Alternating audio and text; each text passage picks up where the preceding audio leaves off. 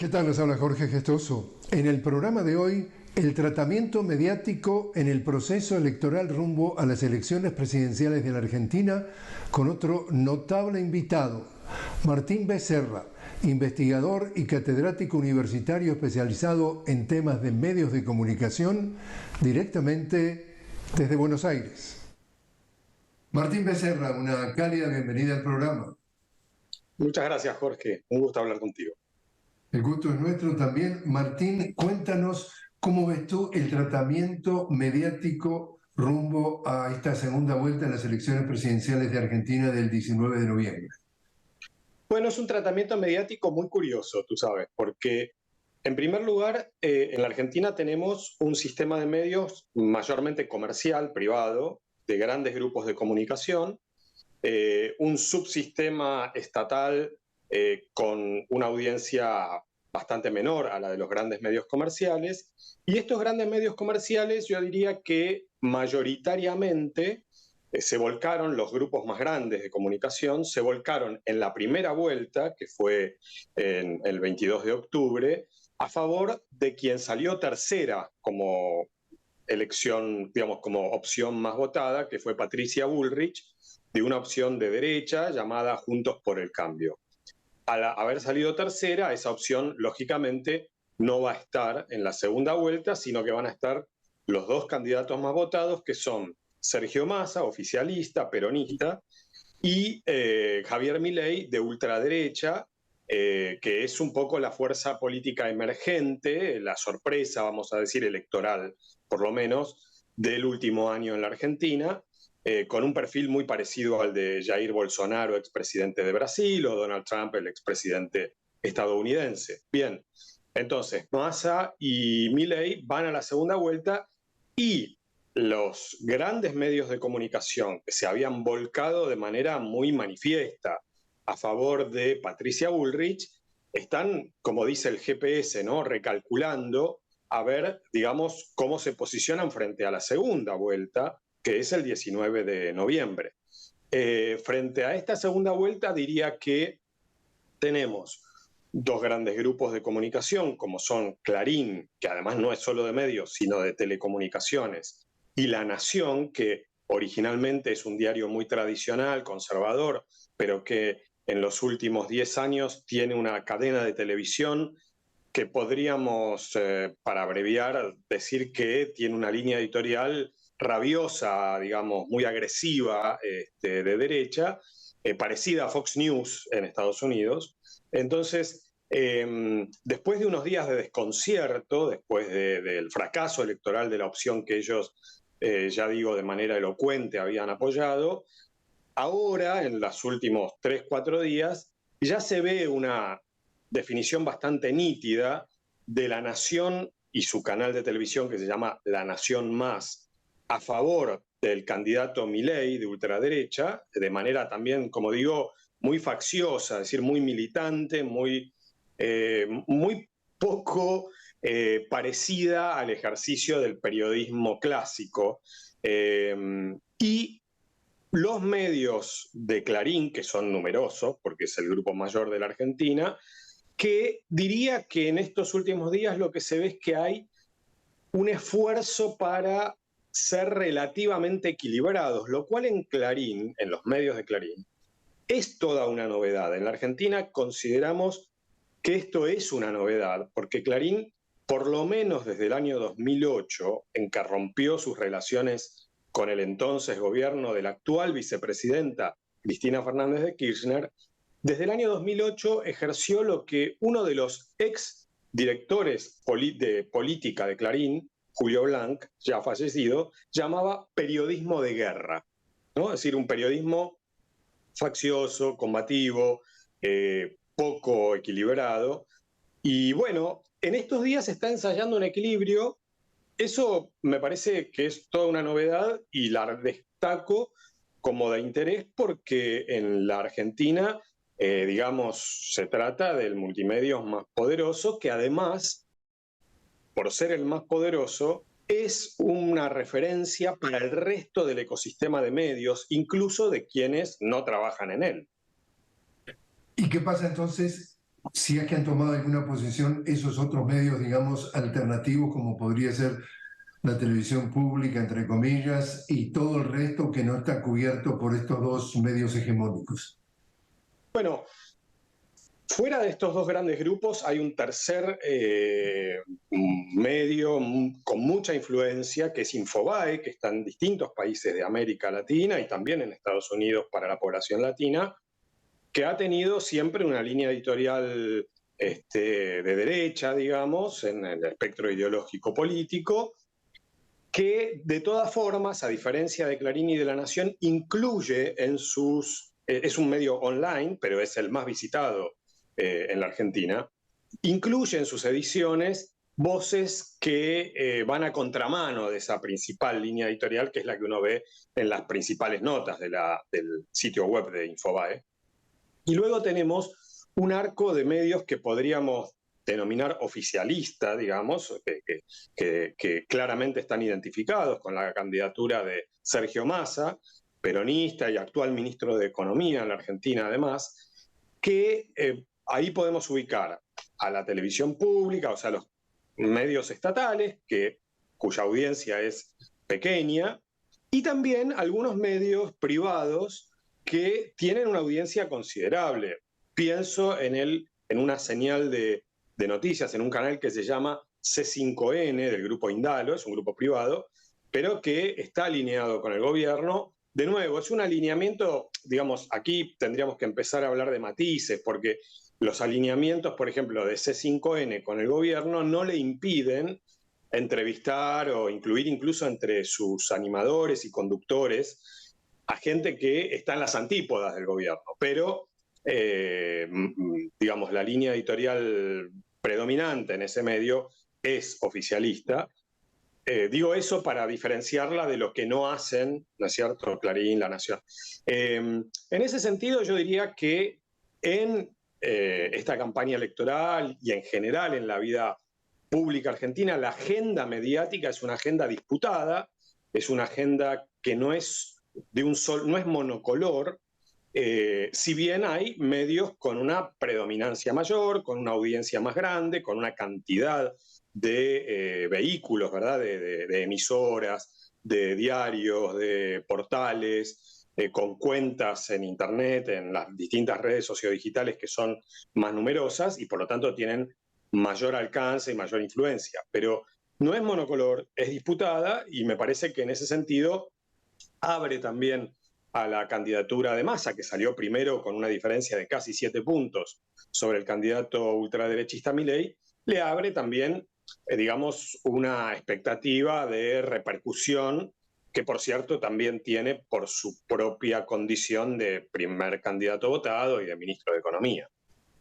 Y dos preguntas, Martín, en cuanto al panorama que nos estás planteando. Una es, independientemente de la línea ideológica de cada uno de estos medios, como tú decías, estos medios predominantes de audiencia, los grupos Clarín y La Nación, dentro de lo que emiten al aire, ¿hay ecuanimidad en la cantidad de minutos en los que aparece una versión y la otra versión para que el ciudadano de a pie escuche las dos caras de la moneda? ¿O claramente hay mucho más cobertura de uno que de otro? Y la segunda parte o la segunda pregunta es, ¿y hay alguna legislación que limita la cantidad de minutos o la cantidad de dinero que se puede gastar en propaganda política? Bien. Bueno, en cuanto a la primera pregunta, no. La respuesta es un no, pero en mayúsculas, porque hace muchos años que los principales medios comerciales de la Argentina no ejercen el periodismo en términos de balancear, digamos, perspectivas, fuentes diversas, no se preocupan por cultivar un pluralismo informativo y por lo tanto, por ejemplo, en La Nación, cuando aparece mencionado o el candidato peronista o alguien de su entorno o de la alianza amplia que lo sostiene en su candidatura, es para denostarlo. Es decir, las menciones que existen no son ofrecerle la oportunidad de explicar su punto de vista, sino es ridiculizarlo, denostarlo y, digamos, en lo posible, demolerlo. Lo que decía que es novedoso en Clarín es que, pero esto es muy reciente, Jorge, estamos hablando de 5 o 6 días después de la primera vuelta, después de una especie de emoción violenta que tomó a los cuerpos directivos de Clarín y La Nación en la primera vuelta. Después de eso, cuando comenzaron, digamos, a elaborar el duelo por la pérdida de la candidata que habían apoyado, en Clarín lo novedoso es que redescubrieron el periodismo, es decir, redescubrieron y verdaderamente es oxígeno en las pantallas de televisión y en las redes sociodigitales, porque permiten que efectivamente el candidato oficialista Massa y sus voceros y su entorno expliquen sus propuestas, desarrollen sus ideas, permiten también que el ultraderechista Milei lo haga y realizan preguntas que en el tradicional ejercicio del periodismo pueden ser más cómodas o más incómodas, pero están ahí los actores para que el público pueda contrastar perspectivas. Esto, digo, comenzó a hacerlo Clarín, no lo hace La Nación. Siempre hay excepciones, por supuesto, o sea, estoy generalizando y hay algún conductor de algún programa de televisión de La Nación o algún columnista o algunos periodistas de la redacción de La Nación que sí realizan este ejercicio, así como también todavía con la inercia del periodismo de guerra en Clarín, les cuesta ordenar todavía su línea editorial en el conjunto de contenidos que producen, ¿no? Eso es lo primero. En cuanto a la segunda pregunta, bueno, sí, hay una ley electoral en la Argentina que limita el dinero que se puede de manera explícita poner en medios audiovisuales, en televisión y en radio, para propaganda política en tiempo electoral. Ahora bien, como casi todas las legislaciones electorales que conozco en el continente americano, tiene, digamos, algunos problemas u omisiones esta ley. Por ejemplo, no impide que empresarios muy amigos de un candidato tengan un medio de comunicación, para lo cual, digamos, eso lógicamente evita que ese partido político, amigo de esos empresarios, necesite poner publicidad electoral, porque ese medio de comunicación ya es de por sí una especie de usina propagandística electoral, que es lo que ocurre con La Nación Más, porque en la Argentina es un secreto a voces que el propio Mauricio Macri, expresidente, quien ahora apoya de modo público a Javier Milei, al candidato ultraderechista, es él, o allegados íntimos a él, uno de los accionistas de La Nación Más. Es decir, entonces, Milei no necesita poner dinero en propaganda política. Aquí en la Argentina tenemos un debate minúsculo entre especialistas en comunicación, porque una de las colegas que trabaja en el Grupo Clarín, o trabajaba hasta hace poco, dice, bueno, Milei tiene la tiene la virtud de que no puso dinero en propaganda política. Lo que es falso, porque puso mucho dinero en redes sociodigitales. Pero aún si fuera cierto, bueno, tiene uno de los dos principales grandes medios de comunicación alineados nítidamente con su candidatura. Así que sí hay una ley, y esa ley no es, digamos, del todo eficaz a estos efectos. Martín, te invito a hacer una pequeña pausa. Estamos hablando con Martín Becerra directamente desde Buenos Aires. Martín, investigador y catedrático universitario, especialista en el tema de medios. Estamos hablando del panorama desde el punto de vista mediático rumbo a la segunda vuelta de las elecciones presidenciales de Argentina. Enseguida regresamos.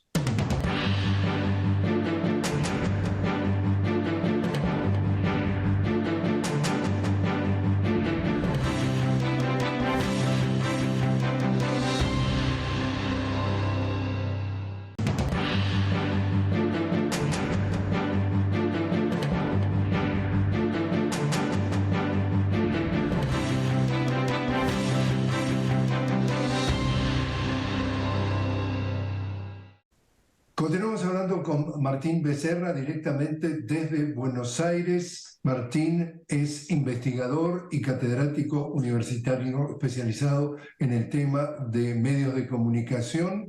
Hablamos sobre el panorama desde el punto de vista mediático, el tratamiento rumbo a la segunda vuelta de las elecciones presidenciales de Argentina del 19 de noviembre. No hablamos, Martín, de cómo están jugando el tema de las redes sociales en este aspecto de rumbo a la segunda vuelta.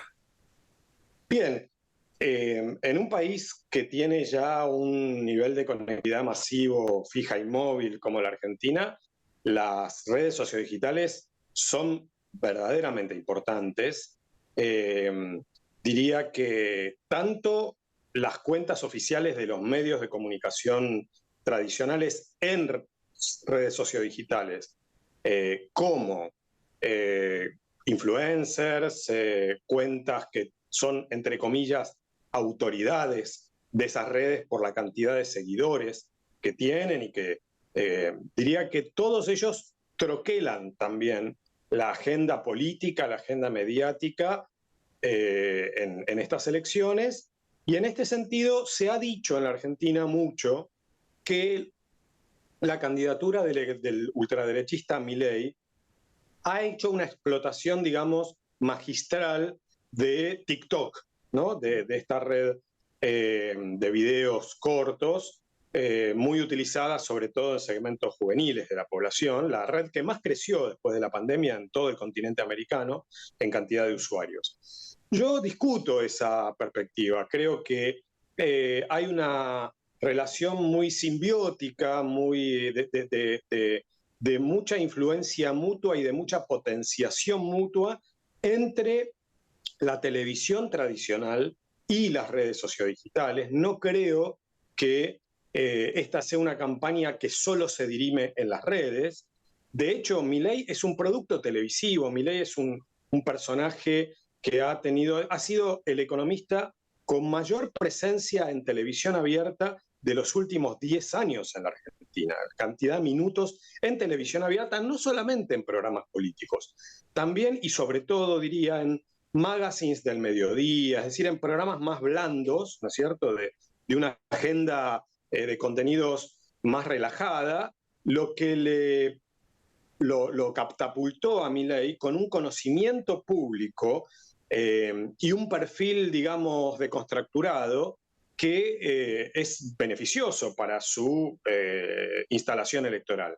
Lógicamente también tiene una importante presencia en redes, pero te diría que analizo este fenómeno muy en paralelo a la presencia en redes de Vox, del partido ultraderechista español, o de algunas redes de Bolsonaro en Brasil.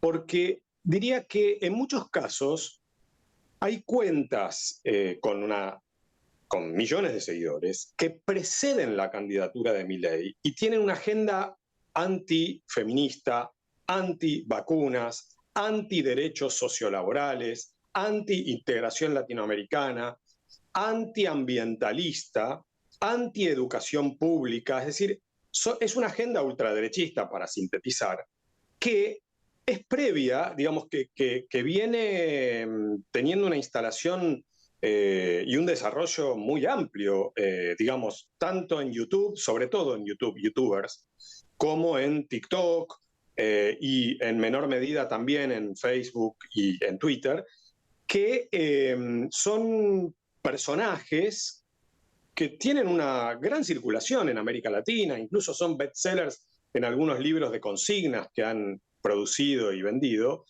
y ellos confluyen en la candidatura de Milei, entre comillas, naturalmente, es decir, es el espacio electoral que les ofrece a ellos una identificación ideológica con los dogmas que vienen desarrollando hace varios años. Entonces, digamos, es un fenómeno que no es solo electoral, porque sería injusto comparar, por ejemplo, la cantidad de seguidores, que es lo que hacen algunos colegas, cantidad de seguidores que tiene Milei en TikTok versus la cantidad de seguidores que tiene una candidata de izquierda aquí que hubo, que se llama Miriam Bregman. Bueno, sí, tiene mucha más cantidad de seguidores Milei, pero aún si Bregman o Massa o Bullrich hubiese tenido más cantidad de seguidores, el ecosistema digital, lógicamente con una forma de organización y una arquitectura menos vertical, menos unidireccional de la que caracteriza a los medios de comunicación,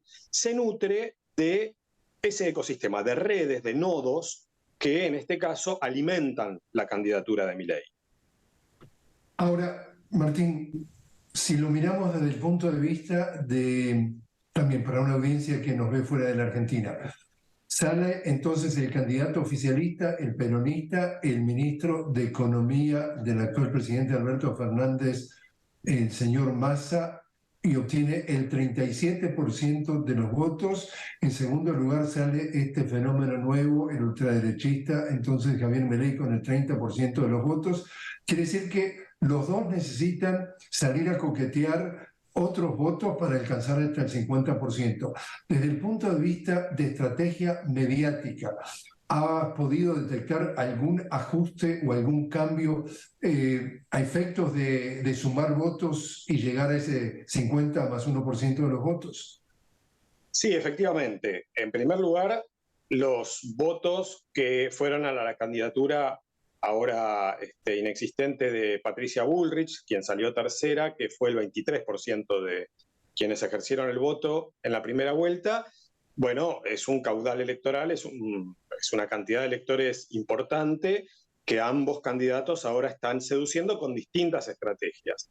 La de Massa consiste sobre todo en apelar al componente más moderado, identificado con valores republicanos y democráticos, que aprecia el sistema democrático de convivencia y que, diría, en esa alianza que salió tercera, representa un partido centenario, tradicional de la Argentina que se llama Unión Cívica Radical, de centro, y otros partidos menores de esa alianza, incluso también algunos líderes del partido principal de esa alianza a la que representaba Bullrich, que se llama, el partido principal se llama PRO, es el partido de Mauricio Macri, pero algunos líderes, como el actual alcalde de la ciudad de Buenos Aires, que se llama Horacio Rodríguez Larreta, quienes claramente no están identificados con Milei y ya dijeron que no van a votar a Milei, no solamente por el componente ideológico de ultraderecha, sino también porque Milei, y sobre todo esto ha sido muy notable, Jorge, en la última semana, ha tenido apariciones públicas donde muestra un desequilibrio psíquico y emocional muy manifiesto. Y bueno, es lógico que haya preocupación acerca de cuáles son las capacidades de esa persona para conducir los destinos de un país, las capacidades, digamos, de integridad, de salud mental para conducir los destinos de un país. Entonces, ahí hay varios dirigentes a los que Massa está apelando. Yo diría que Massa está apelando a eso, está apelando a una campaña racional de sintonía con muchos gobernadores de provincias. En la Argentina le llamamos provincia a los que en otros países llaman estados, ¿no? Digamos, los territorios del interior de la Argentina, apostando por un plan de gobierno que en líneas generales aporte, corrija muchos de los desequilibrios y grandes problemas económicos que hoy tiene la Argentina. Esa es la apuesta de Massa, quien necesitaría para ganar en segunda vuelta 13 puntos más de los que obtuvo en primera vuelta. En el caso de Milei, que obviamente corre con la desventaja de que necesita 20 puntos más de los que obtuvo en primera vuelta y además tiene un perfil, insisto, muy marcadamente excluyente de valores democráticos, tiene como jefe de campaña, y esto es una novedad también, a Mauricio Macri. Entonces, si bien va a perder apoyos, ya perdió apoyos de quienes salieron terceros, también gana apoyos de quienes salieron terceros porque en ese voto que había ido a la ex candidata Bullrich hay un componente que es, insisto, digamos, respetuoso de los valores democráticos, pero hay otro componente que no lo es y que más bien tiene es atraído por el canto de sirena, vio de, bueno, bala a los delincuentes, tolerancia cero, o sea, una consigna en términos de seguridad muy parecida a la de Bolsonaro en Brasil o la de Trump en Estados Unidos, que efectivamente capta parte de ese voto más duro, de derecha más dura, y que Macri galvaniza. Macri yo creo que es un líder que tiene muy bajo nivel de credibilidad y de confianza pública, pero ese bajo nivel, que oscila en el 10-12% de la población argentina, bueno, Milei cuenta con que le sume a su candidatura. Por cierto, y perdón que me extienda la respuesta, también Milei pierde con este apoyo de Macri, porque el discurso de Milei fue un discurso siempre de lo que él llama anticasta, ¿no? Que también Vox habla de esto. Es decir, contra toda la, entre comillas, clase política. Él se presentaba como lo nuevo, pero ahora tiene el apoyo del expresidente Macri, que si algo no es en la Argentina, es nuevo. Entonces, eso también para Milei es un desafío. ¿Cómo conservar un 30% de población que está harta de problemas económicos y que les atribuye a los dirigentes políticos ser la causa de sus problemas económicos? ¿Cómo ahora le explica que se alía con el expresidente cuya toma de deuda con el Fondo Monetario Internacional es el origen de buena parte de los problemas económicos que tiene la Argentina y que tienen sus propios votantes? Ahí hay todo un desafío. Por último, entonces, Martín, en función de lo que tú estás detectando, ¿te animas a hacer un vaticinio quién gana la elección? Siempre es difícil. Yo creo que Massa tiene lógicamente hoy mayores oportunidades para ganar la elección. Cuenta con apoyos institucionales importantes y ha ganado, insisto, para su causa, por lo menos la no agresión del principal grupo de medios, que no es poco. Y bueno, veremos qué ocurre en la segunda vuelta con la prevención de que en la Argentina un día o 2 días se cuentan lo que en países escandinavos podrían ser años o décadas, ¿no? O sea, puede haber grandes movimientos tectónicos en cuestión de horas en la Argentina. Martín Becerra, muchísimas gracias por haber estado con nosotros. Gracias a ti.